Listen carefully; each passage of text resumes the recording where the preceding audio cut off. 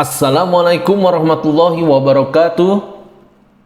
Sahabat beriman, semua yang telah dilakukan di dunia adalah hal yang akan kita pertanggungjawabkan di hari akhir nanti. Kalau melakukan banyak amal baik, kita akan masuk surga. Namun jika tidak, nerakalah balasannya. Lalu tidak adakah kesempatan untuk masuk surga? Siapakah yang bisa menolong kita? Mengapa orang tersebut mau menolong manusia yang lain? Simak ulasannya dalam video di channel Motivasi Hijrah Nusantara. Tapi sebelum lanjut, jangan lupa klik subscribe, like, dan lonceng notifikasi untuk mendukung channel ini agar terus menyiarkan syiar Islam. Rasulullah Shallallahu Alaihi Wasallam sibuk di hari kiamat.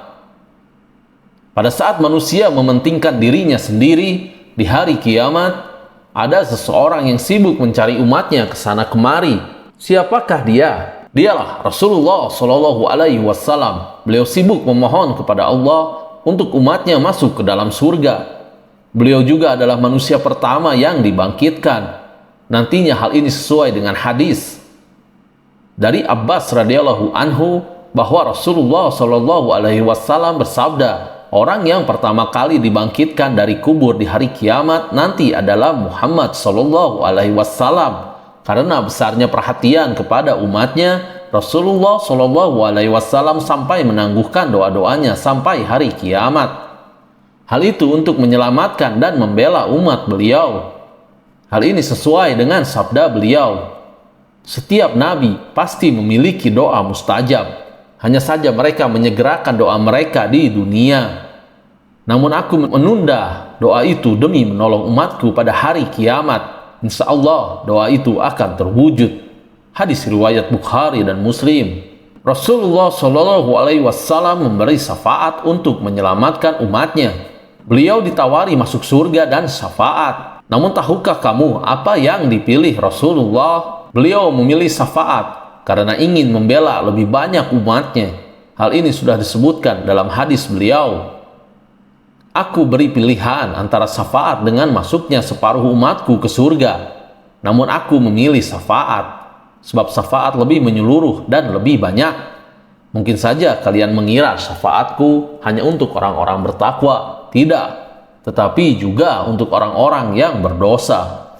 Hadis riwayat Tirmizi. Syafaat Rasulullah tak hanya berlaku bagi orang bertakwa, namun juga untuk hamba yang berlumuran dosa, termasuk pelaku dosa besar. Namun bukan berarti umatnya bebas melakukan maksiat. Syafaat itu diberikan sebagai pertanda besarnya kasih sayang, sepak terjang, dan kelembutan Rasulullah Shallallahu Alaihi Wasallam, orang yang ditarik dari neraka. Saat hari kiamat, Rasulullah Shallallahu Alaihi Wasallam selalu menanyakan keberadaan umatnya pada malaikat Jibril. Jibril pun mengatakan bahwa umat Rasulullah adalah umat terakhir. Akhirnya datanglah umat Nabi Muhammad Shallallahu Alaihi Wasallam sambil menangis serta memikul beban di belakang mereka. Umat itu datang sambil menyeru, "Wahai Muhammad!" Nabi Muhammad Shallallahu Alaihi Wasallam bersabda, "Wahai umatku!" Mereka berkumpul di sisinya sambil menangis. Nabi pun bersujud sangat lama sampai Allah Subhanahu wa Ta'ala menyuruh beliau bangkit. Rasulullah Shallallahu Alaihi Wasallam lalu minta kepada Allah agar umatnya bisa diberikan minum karena terik matahari. Lalu Allah pun mengabulkannya. Setelah memberi umatnya minum, Nabi Muhammad kembali bersujud kepada Allah. Beliau meminta agar umatnya diselamatkan dari sirat. Allah pun mempersilahkan beliau menunggu di ujung sirat, yang banyak amalnya berhasil melaluinya, namun tak sedikit yang terjatuh ke dalam neraka. Melihat umatnya banyak di neraka, Rasulullah Shallallahu Alaihi Wasallam kembali bersujud kepada Allah Subhanahu wa Ta'ala. Beliau meminta kepada Allah untuk menyelamatkan umatnya yang di dalam hatinya ada iman sebesar biji kurma. Allah pun mengabulkan permintaan kekasihnya itu. Beliau lalu menuju neraka dan mencari umatnya yang memiliki iman sebesar biji kurma. Beliau mempersilahkan mereka masuk surga. Lagi-lagi Nabi Muhammad bersujud sambil menangis. Beliau menangis dan memohon kepada Allah untuk menyelamatkan umatnya dari api neraka. Jika umat tersebut memiliki iman sebesar biji jagung, ia akan selamat. Allah pun mengabulkan permohonan beliau. Nabi Muhammad SAW lalu menjemput umatnya dan memerintahkan kepada malaikat untuk mengeluarkan umatnya yang memiliki iman sebesar biji jagung. Beliau sampai-sampai berlari menjemput orang-orang yang berjumlah ribuan bahkan jutaan di neraka.